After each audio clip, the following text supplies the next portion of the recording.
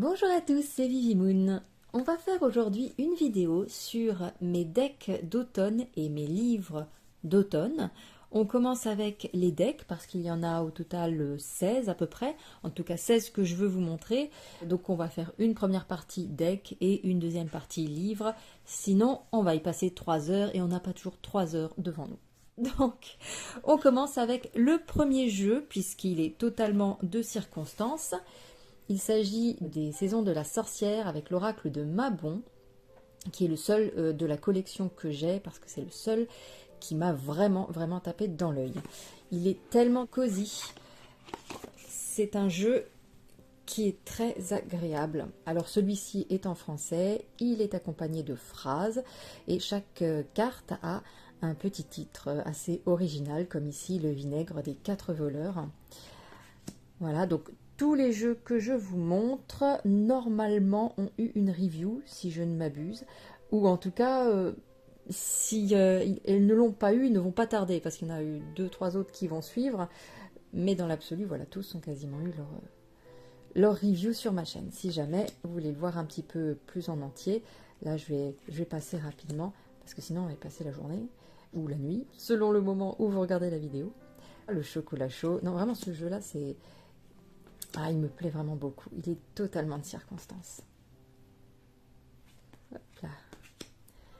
Il y a aussi un peu plus dark aussi sur certaines cartes, comme ici. Hein. Là, on passe déjà dans la saison un peu sombre.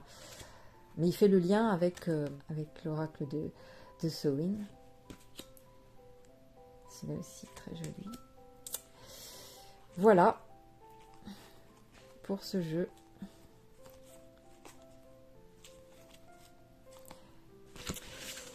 On passe ensuite à un tarot avec le Slavic Legends Tarot qui vient de chez Taroteka Studio dans un très beau packaging style ancien livre.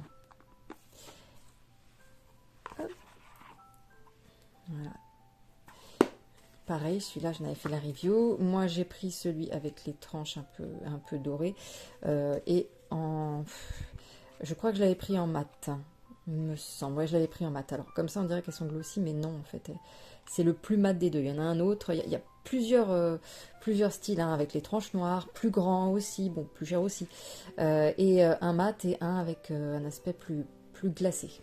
Voilà, mais moi, c'est celui-ci. Mat avec les tranches dorées, parce que de toute façon, les tranches noires, il y en avait pas au moment où je voulais le commander. Voilà, celui-là aussi, il reprend toutes les légendes un peu slave, donc on a un style quand même très prononcé, hein.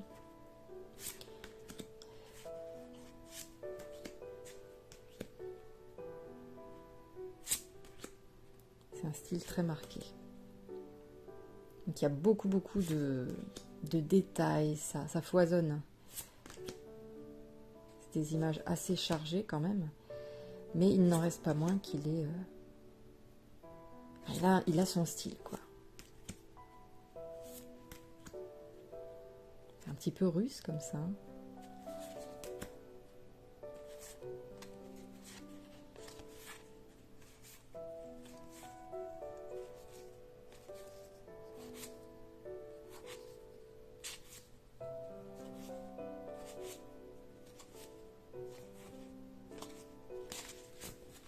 Un jeu donc très intéressant aussi. Quand on le tire, on a quand même beaucoup d'éléments à en tirer. Ensuite, un peu plus moderne, le Urban Crow Oracle de MJ Cullinan. Alors celui-ci, c'est la version anglaise.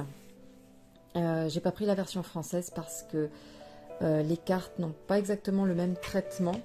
Ah oui, pardon, j'ai associé aussi l'expansion. Alors le dos n'est pas le même parce que l'extension du jeu que j'ai pris directement sur le site de la créatrice. Normalement, on pouvait l'associer directement avec le jeu auto-édité, mais moi, comme le Urban Crow est mass market et que l'extension n'a pas été sortie en mass market, du coup, voilà, ça me fait 2 jeux différents, un glaçage différent, le dos différent bien sûr, mais c'est pas grave, je tenais vraiment à voir l'extension de ce Urban Crow parce que je l'ai trouvé magnifique également. Alors oui, la version anglaise, je n'ai pas pris la version française parce que la version anglaise, je trouve au niveau du traitement de l'image, eh ben, on voit mieux les plumes des oiseaux. Sur la version française, c'est beaucoup trop foncé et du coup, bah, je trouve que les ailes des oiseaux sont pas aussi jolies, ça fait juste un peu noir. Et puis alors que là, on a quand même beaucoup plus de reflets, voilà, il y a un peu plus de profondeur. Alors, bah, du coup, dedans, comme je le tire quand même assez souvent, dedans, il y a l'extension et l'urban. Hein. Donc, l'extension, le dos est comme ceci. Et ça, c'était le dos du jeu de l'Urban Crow d'origine en auto-édité. Et puis ça, c'est la version mass market. Voilà. Et c'est pas exactement la même chose. Je suis un peu plus mat, c'est là un petit peu particulier. Et j'avais dit dans ma vidéo de présentation que c'était un peu particulier ce glaçage, on avait toujours l'impression d'avoir de l'huile sur les doigts quand on le touchait. C'était assez particulier, mais après, à force de le brasser, je pense que cette sensation disparaît. Donc là, ça paraît énorme, hein, mais comme dit, j'ai associé les deux jeux, sachant que dans l'extension, je crois, c'est une extension de 20 cartes uniquement. Voilà. Donc vous allez voir, ben voilà, le jeu mass market ainsi que l'extension. Mais bon, ça vous donne quand même une idée. Et je trouve qu'il a un petit côté... comment dire, ce jeu m'a touchée parce qu'il me rappelait des dessins animés que j'avais vus dans mon enfance. Et il y a un petit côté, je sais pas, mélancolique. Enfin, mon ressenti que j'ai, c'est ça, c'est une sorte de mélancolie. Espèce de ville, pas vraiment très détaillée. On a les fenêtres et les bâtiments juste comme ça, je sais pas, il y a un truc. Ça c'est l'extension, je le sens.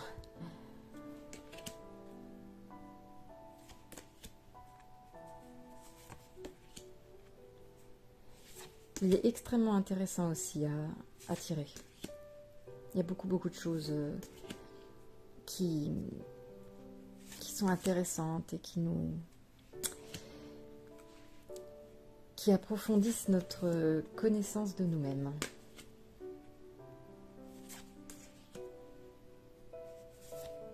Nos façons d'interagir aussi.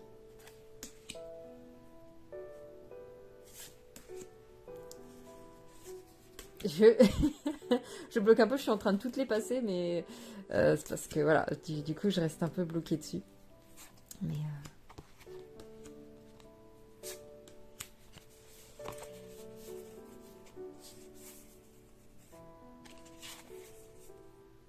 pas mal aussi celle-là. Le soir, on part vers l'arbre et le matin, on retourne en ville. J'aime beaucoup aimer cette image. Vraiment des chouettes illustrations. Alors, c'est un traitement particulier. Il y a, je pense, pas mal de retouches Photoshop. Là, ça se voit, il y a pas mal d'effets dessus. Alors, est-ce que du coup, c'est des photographies empruntées avec des collages? Je pense qu'il y a vraiment un gros mélange de tout. Mais effectivement, il y a pas mal de filtres Photoshop qu'on reconnaît dessus et qui du coup sont bien employés pour le coup. Vous voyez par exemple, il y a pas mal comme celui-là, on les retrouve sur d'autres cartes. Donc je pense que voilà, il y a plusieurs images qui ont été prises et répétées. Mais bon, après ça gâche rien au jeu. Donc c'est bien employé. Voilà pour celui-ci. Ensuite, que serait l'automne sans mon Magic Cottage? Je vous le demande. Alors, le Magic Cottage, je l'ai pris pour celui-ci, pour l'automne. Par contre, le Ars Odyssey, celui-là, il est moins emprunté automne. Il est plus printemps-été, je dirais. Mais par contre, celui-là, bah oui, il est cosy. Hein. Il est cosy. Donc ça, c'est toujours les petits cadeaux qu'on avait eus quand on a soutenu le Kickstarter. Bon, je vous représente, enfin si parce que c'est obligé celui-là. Je vous présente le guidebook parce qu'en fait, c'est pas un guidebook, c'est une histoire. C'est à chaque fois, c'est un conte en fait. Hein. C'est un conte et une histoire. C'est des personnages qu'on retrouve régulièrement. On finit par s'y attacher. Chaque histoire, c'est une petite morale en fait, qui n'est pas là forcément pour nous dire tu fais mal les choses, voilà, c'est cette morale-là, c'est ce truc-là que tu dois suivre. C'est beaucoup plus doux que ça. Mais certains piquent un peu quand même, parce que ça on le sent que on est touché quelque part. On en apprend tellement dessus, c'est tellement agréable. Alors par contre c'est en anglais et c'est assez compliqué parce que c'est un anglais particulier. Même moi qui arrive à comprendre l'anglais, je vous avoue qu'il y a des moments, c'est compliqué même à la traduction parce qu'on a des mots qui sont un peu presque transformés. Hein. Si par exemple je vous disais magicalement, bon c'est un mot un petit peu... je sais pas s'il est inventé d'ailleurs, magicalement, je pense pas que ça se dit, mais voilà, c'est un petit peu... ou quand on disait schtroumpfement bien, par exemple, bah là, on a le mot, par exemple, spectaculous, qui n'existe pas, mais on sent que ça veut dire quelque chose d'à la fois magique et de merveilleux et d'incroyable, voilà. Donc, pas toujours facile de trouver une traduction qui soit très juste. Il est assez, voilà, assez compliqué. C'est pas aussi fluide qu'un anglais qu'on trouve dans d'autres jeux, mais malgré tout, il est tellement riche, hein. Il est tellement riche ce guidebook. Enfin, les guidebooks de leur jeu en général, c'est vraiment juste à lire, c'est agréable en fait. Et puis bah, les illustrations, forcément, nous plongent complètement dans l'ambiance hein, de cet univers. C'est vraiment pas une maison... comme c'était écrit dans le livre, hein, c'est pas une maison propre et nette où tout est rangé à sa place. Non, mais par contre c'est une maison qui vit. C'est une maison où il y a des habitants, c'est une maison qui accueille, c'est une maison qui n'appartient pas à quelqu'un en particulier. Voilà, c'est une maison pour tous. Les objets peuvent changer et c'est très bien comme ça en fait. Ce qu'ils essaient de nous dire, c'est que c'est très bien comme ça. Je le trouve assez extraordinaire. Et pourtant, moi, je ne supporte pas le bordel. Faut que ce soit rangé chez moi. Mais je comprends tout à fait ce que veut dire ce jeu. Et même quand je vois ça, bah, je trouve effectivement que c'est presque un bordel organisé, en fait. Je sais pas comment dire. C'est le bazar, mais en même temps, les choses sont à leur place quelque part. Et c'est très bien comme ça.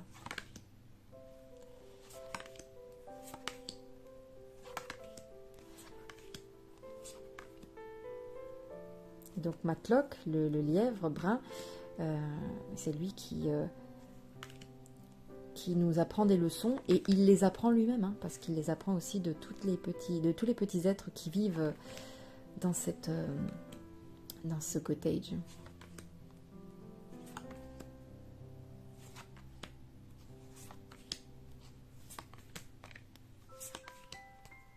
Voilà, des petits esprits, enfin, il y a un peu de tout en fait. Hein. Il y a juste cette carte-là. Je ne crois pas avoir lu l'histoire, parce que je ne l'ai pas tirée non plus. Et juste cette carte-là, je n'ai pas trop compris pourquoi il y a un oiseau qui sort d'une sorte de tarte. Il faudrait que je m'y penche, mais sur le coup, celle-là, je n'étais pas fanat. Mais c'est vraiment, vraiment la seule. Hein. Tous les autres, par contre, c'est un jeu qui nous plonge qui me plonge en tout cas, moi, dans des livres d'illustration pour les enfants, surtout des livres parfois allemands.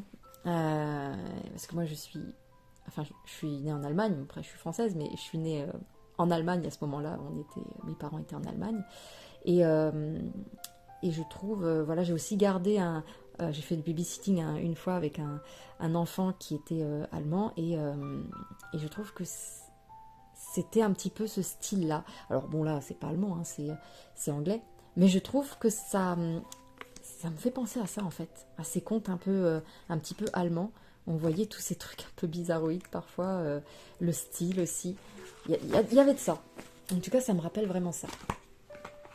Nous avons ensuite l'Oracle de Merlin, aux éditions Secret d'Étoiles, de Magali et Sarah Mottet. Donc elles en ont fait pas mal de ce type de jeu, qui sont des petits oracles, petits par le nombre de cartes, mais grand en taille. C'est tout en longueur. Et alors il y en a eu sur les dragons, il y en a eu voilà, sur Merlin, il y en a un autre qui va arriver sur les sorcières. Mais en fait non, le seul qui m'a plu c'est celui-là. même celui des sorcières, beaucoup moins. Il y a que celui-là, en fait, qui m'a plu.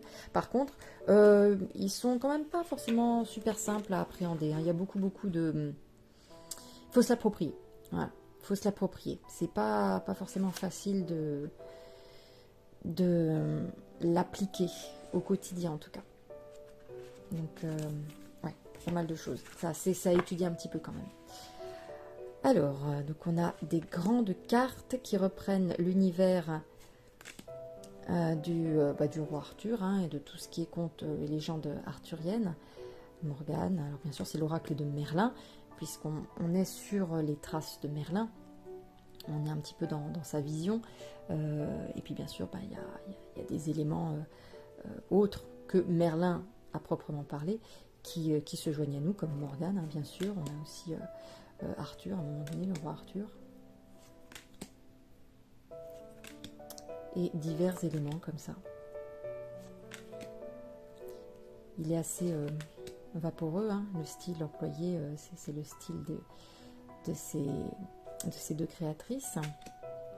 C'est toujours comme ça, mais je trouve que ce côté brumeux est très automnal, quoi. Les couleurs également, hein, bien sûr.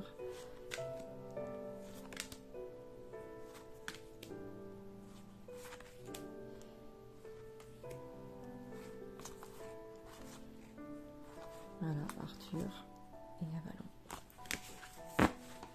Du coup, on va rester dans le même thème, avec le tarot arthurien de Claire Duval et les illustrations d'Anna Tourian. Ce gros tarot, cette grosse boîte qui est assez incroyable aussi. Les textes de Claire sont super, c'est très agréable à lire. C'est simple, on comprend bien, c'est relativement détaillé parce qu'on a quand même un gros livre, mais c'est détaillé sans être barbant en fait. C'est ça qui est la force de Claire, c'est que il y a quand même beaucoup de choses qui sont dites. Alors bien sûr, par rapport aux légendes arthuriennes, c'est certainement synthétisé, mais malgré tout, je trouve que c'est assez riche, et pour autant, ce n'est pas barbant. On se plaît à le lire. Voilà, Claire a une plume très agréable. Et puis elle a renommé aussi les cartes un petit peu, comme par exemple le 10 de bâton, c'est le seigneur de l'oppression. Donc le guide vaut le détour aussi, de la même façon que le Magic Cottage avait un guide assez formidable. Là c'est pareil. Et dans cette grosse boîte, nous avons une plus petite boîte. Hop, où il y a dedans le tarot. Alors théoriquement, on va dire qu'il pourrait aller avec toutes les saisons, hein, parce qu'on a aussi bien voilà, du purement été, enfin en tout cas de belles saisons, mais par les couleurs, par le thème, je sais pas, du coup je l'associerais plus quand même à l'automne, mais je pourrais très bien le tirer en été, que ça poserait aucun problème. Mais bon, là je l'ai mis comme ça, donc on peut quand même l'utiliser à toute saison pour celui-ci. Mais voilà, de temps en temps on a des petits feux de cheminée, des petits trucs comme ça, donc je sais pas, le style, tout comme ça, peut se penser quand même à l'automne. Ou alors, voilà, début, toute fin d'été. Hein, on a des petits feux dans l'âtre. Donc Anna Tourian, hein, elle a un style, hein, elle fait toutes ses illustrations elle-même.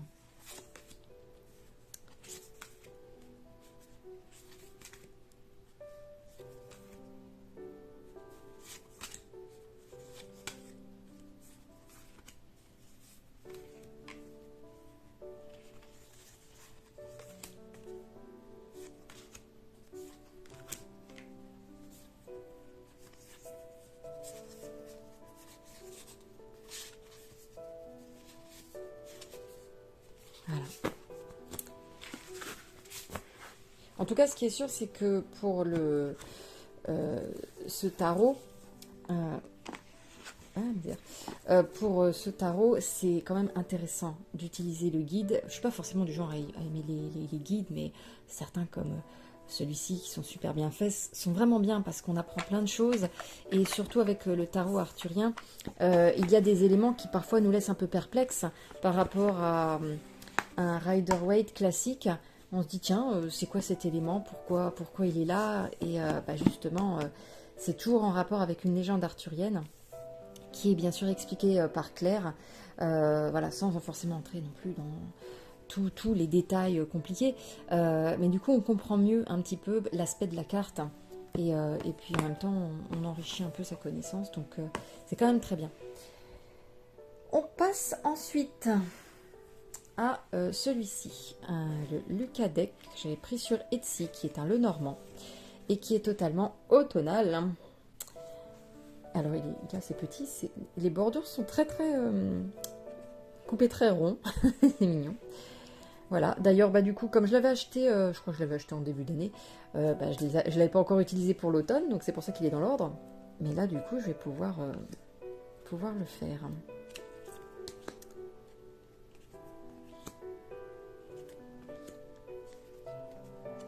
Et je l'ai trouvé très chouette. Celui-là, il me fait halluciner. Avec ses yeux. Il est marrant. Mais il a vraiment les couleurs appropriées. Puis tout le style aussi. C'est vraiment sympa. Il glisse pas par contre.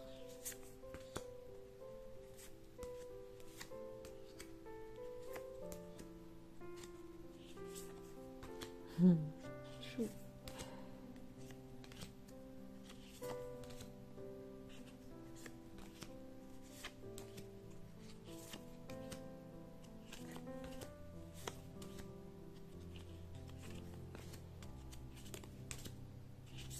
Je sais plus si j'avais fait cette présentation, je crois que oui. Ou si je ne l'ai pas faite, elle ne devrait pas tarder non plus. Voilà. Pour ce petit jeu. Ensuite, on a celui-ci. Pareil, je vous en ferai la review, je pense, même si là, ça ne comporte que les arcanes majeures. C'est un jeu pareil que j'ai pris sur Etsy, que j'avais précommandé parce que je l'avais complètement craqué dessus. Les couleurs étaient très automnales. Donc là, c'est pareil, hein, je pense que la review... Je n'ai pas sorti la review. Je l'ai déjà tournée, mais je ne l'ai pas sortie encore. Donc je vous posterai après, comme dit. Hein, je vous présente là, mais parce qu'il n'y a que les arcades majeures, donc vous le verrez quoi qu'il arrive.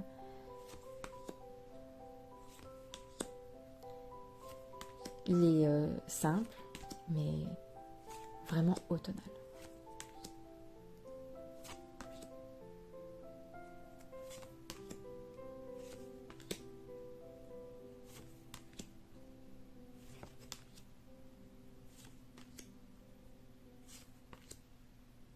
Pas mal le diable avec cette espèce de branche un peu piquante. Tout.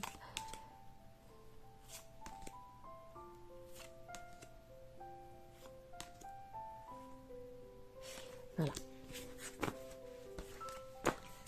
Pareil sur Etsy et elle a fait aussi un Lenormand que j'ai pas pris, mais qui est pas mal aussi. Et puis d'autres petites choses comme ça qui font un petit effet bois, je trouve. C'est super joli. Ensuite, que serait l'automne, bien évidemment, sans le Oka Shantorn de Adam Hollers et Stéphanie Burrows. On ne le présente plus, ce jeu, bien sûr. Donc c'est un tarot qui a eu son succès quand même. Hein. On va pas se mentir, il a eu un sacré succès. C'est qu'avec des animaux. Et il est complètement automnal.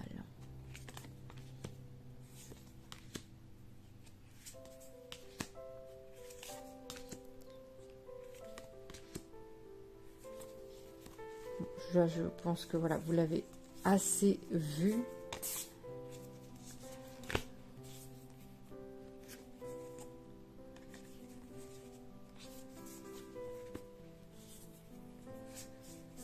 C'est pas forcément évident pour moi de tirer des cartes de tarot avec des animaux. Mais bon, il est quand même bien fichu hein, dans l'ensemble. Il est assez intelligent. Celle-là, elle est incroyable aussi. il est assez intelligent dans sa façon de présenter la signification de la carte avec les animaux. Donc franchement, voilà. C'est pas excessivement compliqué non plus. Pas pour les débutants certes, mais on s'en sort. Bien évidemment, après le Aucassin-Thorn, nous avons le Heartwood Tarot, le dernier né de Stéphanie Burrows et Adam Holler, que je vous ai présenté il y a pas très longtemps. Et cette fois-ci, c'est aussi des animaux, bien sûr, mais on suit vraiment une petite souris qui va découvrir une espèce de manoir, de cottage, comme ça, au cœur d'une forêt, et qui est habité par tous les animaux de la forêt. Enfin, voilà, ça va, ça vient. Et il y a un peu de tout, hein. Cette souris, à chaque fois, elle est dessus. Elle va croiser des lièvres, elle va croiser des pies, des loups, des serpents. Là, c'est pareil, c'est pas toujours évident de tout de suite comprendre l'essence même de la carte, surtout si on n'a pas si on regarde pas le titre, ce sera pas toujours évident. Là, par exemple, est-ce que c'est l'empereur? Est-ce que ça pourrait être le diable? Ça pourrait être autre chose? Voilà, non, c'est l'empereur. Donc après, on a différents éléments. Par exemple, ici, on a le bélier qui est représenté dans un des cadres, qui rappelle l'empereur. On a cette espèce de loup un peu souverain qui descend de son escalier. Donc voilà, il y a quelques éléments quand même qu'on peut mettre en lumière. Voilà. Mais malgré tout, voilà, pas forcément évident, mais malgré tout intelligent, parce que c'est pas toujours facile honnêtement de mettre des animaux en scène sans que ce soit voilà, du animal morphing ou que ce soit humanoïde, ou voilà, c'est pas toujours évident, et je trouve que Ada Hollers et Sarah Burrows font un très très bon travail à ce niveau-là. Comme j'ai dit, pour les débutants c'est toujours plus compliqué, mais avec tous les éléments de la carte on s'en sort, on trouve vraiment des choses intéressantes, et limite, presque envie de dire, on peut s'en servir comme oracle aussi, hein, si on le souhaite. Voilà, donc on a ici, quand on a des bâtons, on a potentiellement des gravures dans le bois, de bâtons, d'épées. Donc on peut trouver des éléments. Voilà, on a 3 de bâtons ici, on a les 3 bâtons qui sont contre l'escalier.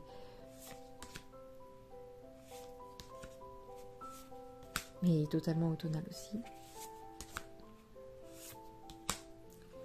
Et je suis vraiment fan des illustrations comme beaucoup, hein, de toute façon, de Ada Hollers.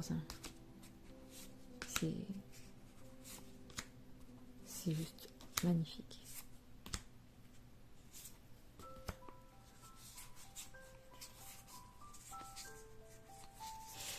Voilà. Comme dit, pour avoir des reviews plus complètes, hein, je vous invite à aller chercher sur ma chaîne. Normalement, vous devriez pouvoir tout trouver. Et puis bon, l'autre, le dernier de Sarah Burrows et Ada Hollers que j'ai, c'est le Thistledown Oracle. Et celui-là, c'est un oracle. Hop. Avec toujours des animaux et toujours ce côté automnal qui ressort. Là, c'est pareil, hein, si on n'a pas les mots-clés, c'est pas forcément évident de... c'est pas forcément, je vais y arriver, évident de s'y retrouver. Le prochain tarot sera un tarot sur une araignée, donc je pense une araignée qui se ressemblera à celle-ci, parce que Stéphanie Burrows voulait absolument, depuis toujours, faire un tarot sur une araignée de ce style, donc ça y est, elle va s'y mettre. Alors, si c'est une araignée aussi mignonne comme ça, moi ça me va.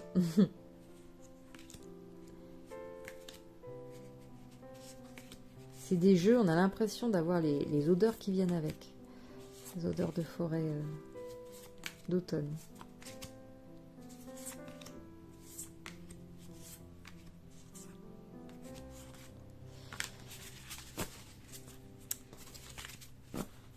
Trois jeux magnifiques. Passons à celui-ci, l'oracle Sagesse de sorcière. Celui-là, je l'ai en français. Hop. Et il est en 2 parties. Donc 30 cartes avec les voix, qui sont les cartes personnages, de personnages de sorcières, et on a 30 cartes murmures qui sont des symboles associés aux sorcières. Et pareil, elles sont... alors ce sont des sorcières. Il y en a une seule, je crois, qui est tirée d'un conte, ou voilà, qui n'est pas réel, mais toutes les autres, de ce que j'ai cru comprendre, sont vraies. Alors, c'est pas des vraies sorcières au sens comme on l'entend, mais ce sont des femmes qui se sont distinguées, soit en tant que guérisseuses, exploratrices, etc. Voilà.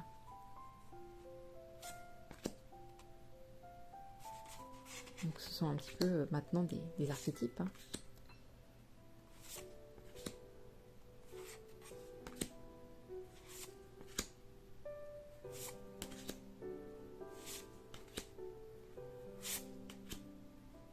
J'aime beaucoup les cartes, là, elles font un joli petit bruit.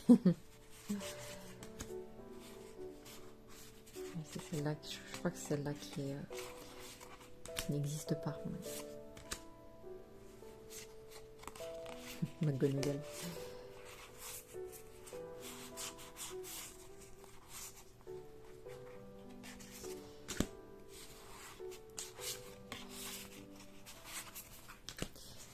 Et ensuite, on a donc des sortes d'artefacts de la sorcière, ou bien alors des éléments qui sont rattachés à la sorcière. Les ruines, l'orage, couronne. J'avoue, ce qui me plaisait le plus, c'était ces cartes-là.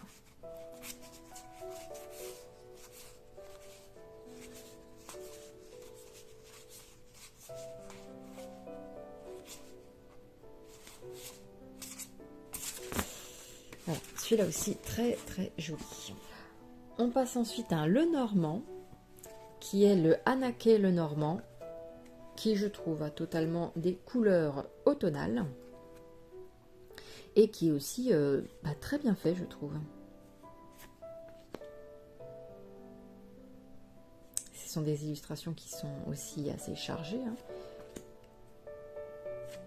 Mais elles ont un petit côté vintage qui me plaît beaucoup.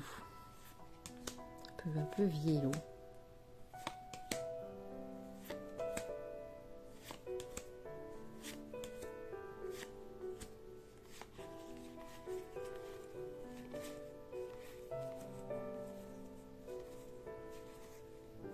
C'est magnifique aussi.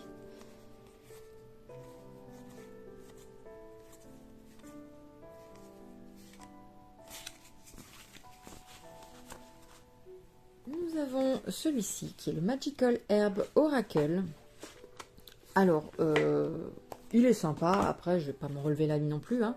Il a aussi ce petit côté un peu rétro au niveau du traitement de l'image, qui fait un peu ancien. Ce qui est bien, c'est qu'on a des représentations d'herbes. Et alors, elles sont indiquées en dessous. On voit bien? On les voit? Oui, on voit. Ouais, voilà, c'est en anglais. Le nom de la plante est ici, et le mot qui se rattache à cette plante, comme ici, l'enthousiasme. Et ce qui est bien aussi, c'est qu'on a une indication par rapport au mot-clé. On a cette espèce d'étoile, quelque chose de lumineux, quelque chose de brillant qui arrive, donc on sent une espèce de bonne énergie. C'est marrant parce qu'ils mettent à chaque fois un petit scotch, comme si on avait fait une sorte d'herbier avec ce jeu de cartes, ce qui est intéressant aussi. Voilà, donc là, expansion, donc on a la plante, son scotch, et derrière, on a cette espèce de ramification qui donne l'idée d'expansion.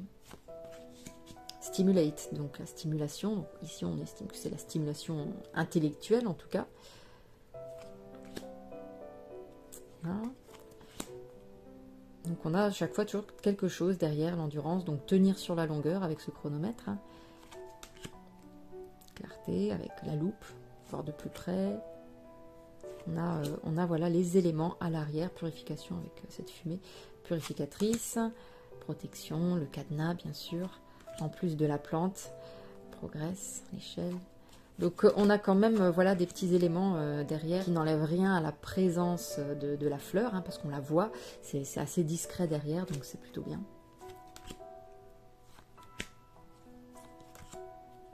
il fonctionne, hein, attention, c'est pas ce que je dis, il fonctionne, hein, c'est juste que voilà, on va pas en faire un truc de dingue. Enfin après, je l'ai pas utilisé non plus tous les 4 matins, mais voilà, il est sympathique pour compléter ou poser, même pour poser des questions toutes simples. Bon, ça passe très bien. Hein. Voilà. Assez facile du coup, grâce à ces petites illustrations supplémentaires derrière. C'est plutôt bien. Parfois, quand on a juste les plantes, c'est vrai que parfois on se dit si je connais pas les plantes, à quoi me fait penser? Bon, bah là, on a tout à disposition. On a un mot-clé et des éléments visuels. Donc, plutôt cool. Et pour aller avec, on a le Greenwich Oracle. Et celui-là aussi, je l'adore. Par son style. En anglais, bien sûr. Le guidebook est quand même relativement intéressant. En plus, il est en couleur. C'est plutôt bien. Un joli dos aussi. Et voilà, on a vraiment de jolies illustrations avec un petit cadre. Dans le thème toujours de l'automne. Voilà.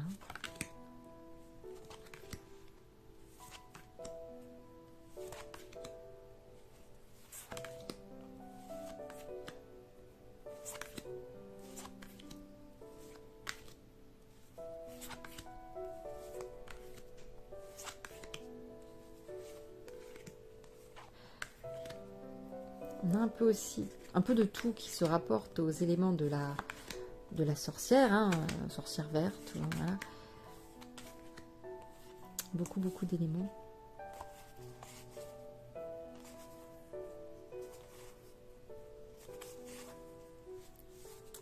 Il est chouette, il est chouette. Ah, voilà le chat.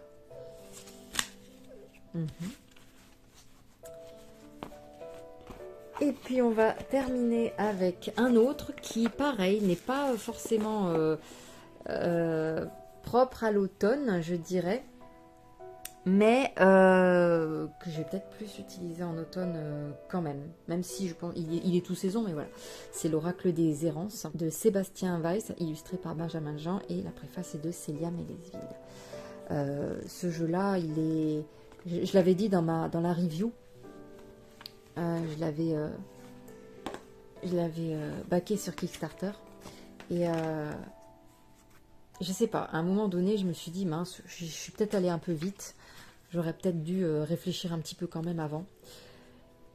Et le jour où je l'ai reçu et que j'ai fait des tirages avec, je m'attendais pas à ça, dans le sens où je m'attendais pas à ce qui, avec des images de paysages, et ça me réponde aussi bien, mais vraiment bien. C'était tellement percutant.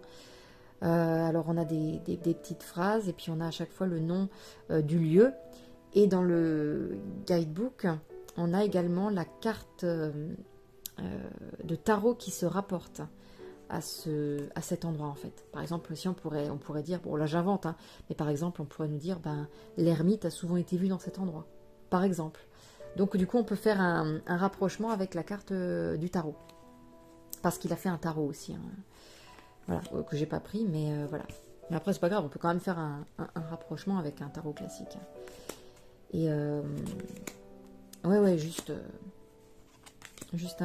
incroyable les réponses que j'ai eues.